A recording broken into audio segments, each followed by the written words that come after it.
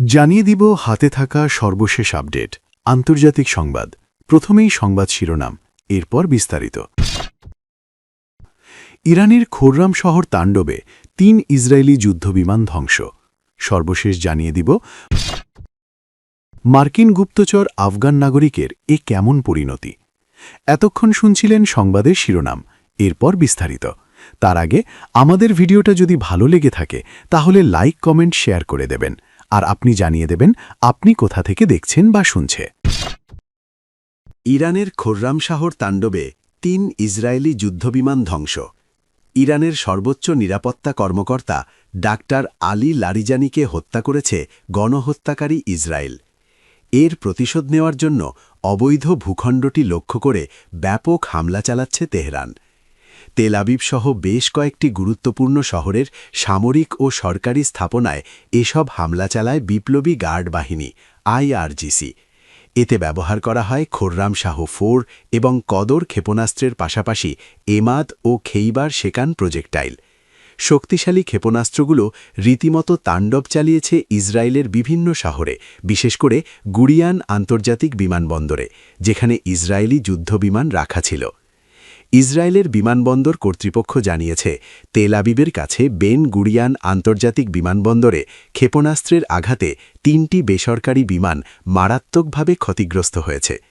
গত কয়েকদিনে এই ক্ষয়ক্ষতির ঘটনা ঘটেছে। এর মধ্যে একটি বিমানে আগুন ধরে গিয়েছিল বলেও জানানো হয়েছে। এর আগে বুধবার 18 মার্চ ইরান জানায়, বেন গুরিয়ান বিমানবন্দরে ইসরায়েলি সামরিক বাহিনীর রিফিউলিং জেটে ড্রোন হামলা চালিয়েছে IRGC।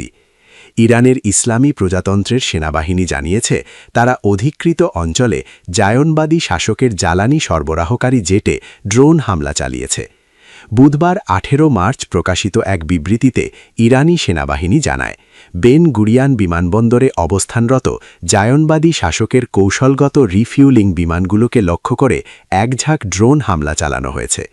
সেনাবাহিনী আরও অঙ্গীকার করেছে, ইরানি শহীদদের রক্তের প্রতিশোধ নিতে মার্কিন ও ইসরায়েলি শত্রুদের বিরুদ্ধে এই প্রতিশোধমূলক অভিযান দৃঢ়তার সঙ্গে অব্যাহত থাকবে। গত 28 ফেব্রুয়ারি ইসলামী বিপ্লবের নেতা আয়াতুল্লাহ সৈয়দ আলী খামেনি এবং বেশ কয়েকজন ঊর্ধ্বতন সামরিক কমান্ডার ও বেসরকারি নাগরিককে হত্যার পর মার্কিন ও ইসরায়েলি শাসকগোষ্ঠী ইরানের বিরুদ্ধে উস্কানিহীন ও ব্যাপক সামরিক হামলা শুরু করে। এ আগ্রাসনে ইরানের সামরিক ও বেসরকারি অবস্থানগুলোতে ব্যাপক বিমান হামলা চালানো হয়েছে, যার ফলে প্রচুর হতাহত এবং অবকাঠামোগত ক্ষতি হয়েছে।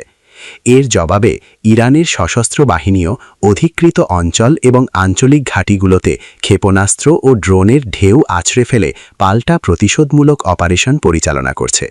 সূত্র আল জাজিরা ও প্রেস টিভি। ইরানে যুক্তরাষ্ট্র ইসরায়েলের যৌথ হামলা। মার্কিন গুপ্তচর আফগান নাগরিকের এ কেমন পরিণতি। মোহাম্মদ নাজির পাখতিয়াওয়াল জন্মসূত্রে আফগান নাগরিক, শৈশব কৈশোরও কেটেছে এশিয়ার দেশটিতে। তালেবান সরকারের বিরুদ্ধে মার্কিন আগ্রাসন চলার সময় তিনি যুক্তরাষ্ট্রের হয়ে গুপ্তচর বৃত্তি শুরু করেন। এক পর্যায়ে তিনি তালেবানের বিরুদ্ধে যুদ্ধেও অংশ নেন।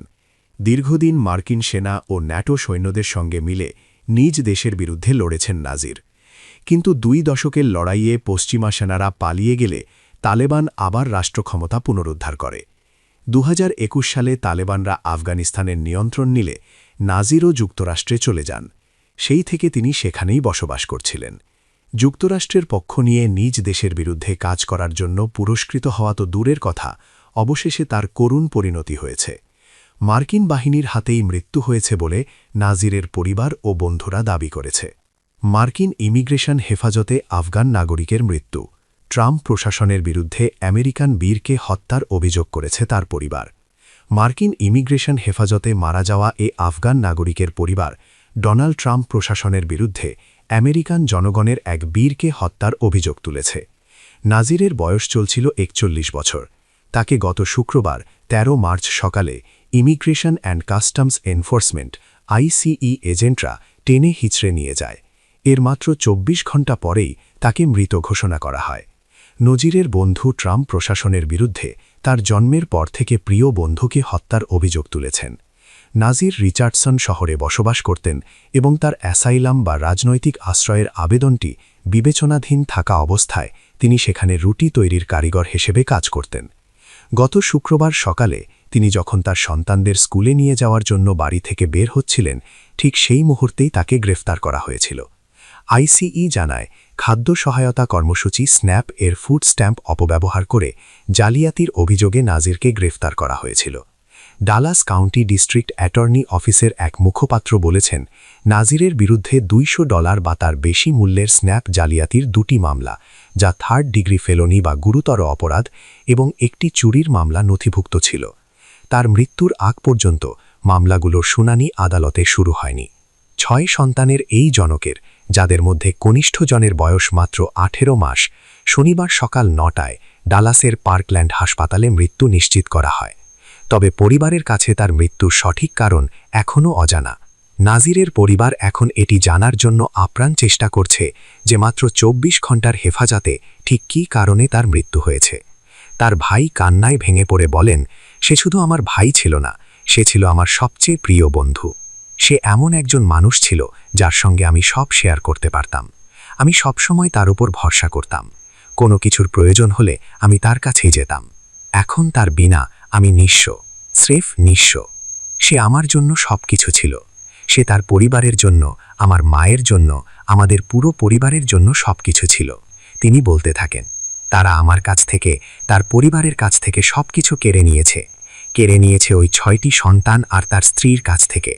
হোমল্যান্ড সিকিউরিটি বিভাগ বিবৃতিতে নাজিরকে একজন অপরাধী অবৈধ এলিয়েন হিসেবে বর্ণনা করেছে, যিনি 2021 সালের আগস্টে বাইডেন প্রশাসনের অপারেশন অ্যালিস রিফিউজের অধীনে যুক্তরাষ্ট্রে প্রবেশ করেছিলেন।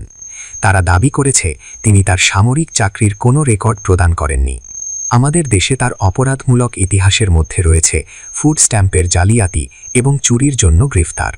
গত 20 আগস্ট নাজিরের প্যারোলের মেয়াদ শেষ হয়ে যায়। তবে তার পরিবার জানায়, নাজির একজন আফগান স্পেশাল ফোর্সের সদস্য ছিলেন এবং আফগানিস্তানের অন্যতম বিপজ্জনক স্থান পূর্ব পাকতিকা প্রদেশে মার্কিন সেনাবাহিনীর 3rd স্পেশাল ফোর্সেস গ্রুপের সঙ্গে প্রায় 1 দশক কাজ করেছেন।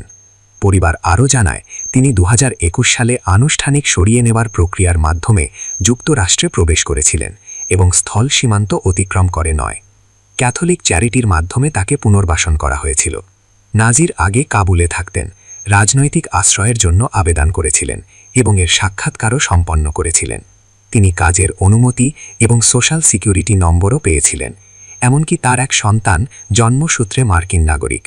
নাসির বলেন, আমার ভাই কোনো অবৈধ অপরাধী এলিয়েন ছিল না, তারা যাই বলুক না কেন। আমরা আমেরিকানদের সঙ্গে কাঁধে কাঁধ মিলিয়ে যুদ্ধ করেছি, বিশেষ করে মার্কিন সামরিক বাহিনী এবং ন্যাটো বাহিনীর সঙ্গে। তিনি আরও বলেন, সে এখানে বৈধভাবেই ছিল এবং সে ছিল একজন বীর, একজন যুদ্ধহত সৈনিক। সে তার দেশের জন্য এবং নিজের মানুষের জন্য বীর ছিল। সে আমেরিকান জনগণ এবং এই সমাজের জন্য একজন বীর ছিল।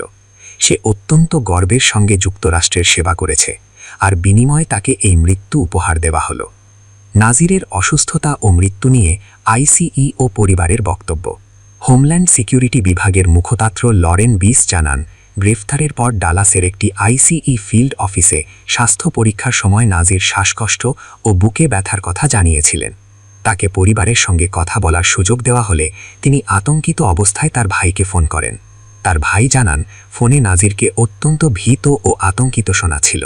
নিহত নাজিরের ভাই জানান, সে বলেছিল তারা আমাকে চারপাশ থেকে ঘিরে ফেলে গাড়িতে তুলে নিয়েছে, এমনকি আমাকে কিছু বলার সুযোগও দেয়নি। সে সময় নাজির জানতেন না তাকে ঠিক কোথায় নিয়ে যাওয়া হচ্ছে। তিনি আরও বলেন, আমার ভাই বলেছিল তার শ্বাস নিতে কষ্ট হচ্ছে এবং শরীরে ফোলাভাব ও ব্যথার কথা জানিয়েছিল। আমি বুঝতে পারছিলাম সে ভয় পেয়েছে। সে বারবার বলছিল সে জানে না কেন তাকে সেখানে আনা হয়েছে বা কোথায় নিয়ে যাওয়া হবে। হোমল্যান্ড সিকিউরিটি জানায়, শনিবার পাকতিয়াওয়ালকে পার্কল্যান্ড হাসপাতালে নেওয়া হয় এবং সেখানে তার জিপ ফুলে যাওয়ার খবর পাওয়া যায়। সিপিআর দেওয়া সত্ত্বেও তিনি মারা যান। তবে তার পরিবার অভিযোগ করেছে এটি দুর্ব্যবহারের প্রমাণ। তাদের দাবি, নাজিরকে তার এমার্জেন্সি SOS ইনহেলার ব্যবহার করতে দেওয়া হয়নি। উদ্বেগজনক পরিসংখ্যান ও প্রতিক্রিয়া। চলতি অর্থবর্ষ, যা অক্টোবর থেকে শুরু হয়েছে, আইসিই হেফাজতে এটি অন্তত 24তম মৃত্যুর ঘটনা। 2 দশকেরও বেশি সময় ধরে এই বছর বন্দি মৃত্যুর দিক থেকে সবথেকে ভয়াবহ হতে যাচ্ছে। ন্যাটো বাহিনীর আফগান সহযোগী ও শরণার্থীদের সহায়তা দানকারী গ্রুপ আফগান ইভ্যাক নাজিরের এই মৃত্যুকে অত্যন্ত অস্বাভাবিক বলে বর্ণনা করেছে। সংগঠনটির প্রেসিডেন্ট শন ভ্যান ডাইভার বলেন, নাজির আফগানিস্তানের যুদ্ধ থেকে বেঁচে ফিরেছিলেন এবং এখানে নতুন করে জীবন গড়ার জন্য যুক্তরাষ্ট্রকে বিশ্বাস করেছিলেন। তিনি আরও যোগ করেন, সরকারের ব্যাখ্যা দেওয়া উচিত যে 6 সন্তানের একজন 41 বছর বয়সী জনক আইসিই হেফাজতে যাওয়ার 24 ঘণ্টারও কম সময়ের মধ্যে কিভাবে মারা গেলেন। কোনো সাজা ছাড়াই যুদ্ধে সাহায্যকারী একজন ব্যক্তিকে অপরাধী বলা এবং আন্তঃসংস্থা সিস্টেম পরীক্ষা না করেই তার কাজের কোনো রেকর্ড নেই বলে দাবি করাটা কোনো তদন্ত নয়, বরং এটি বড় কোনো ভুল ধামাচাপা দেওয়ার চেষ্টা বলেই মনে হচ্ছে। নাজিরের পরিবার এখন তার মরদ নিয়ে আফগানিস্তানে যাওয়ার প্রস্তুতি নিচ্ছে, যাতে নিজ জন্মভূমিতেই তাকে সমাহিত করা যায়। সূত্র দ্য ইন্ডিপেন্ডেন্ট।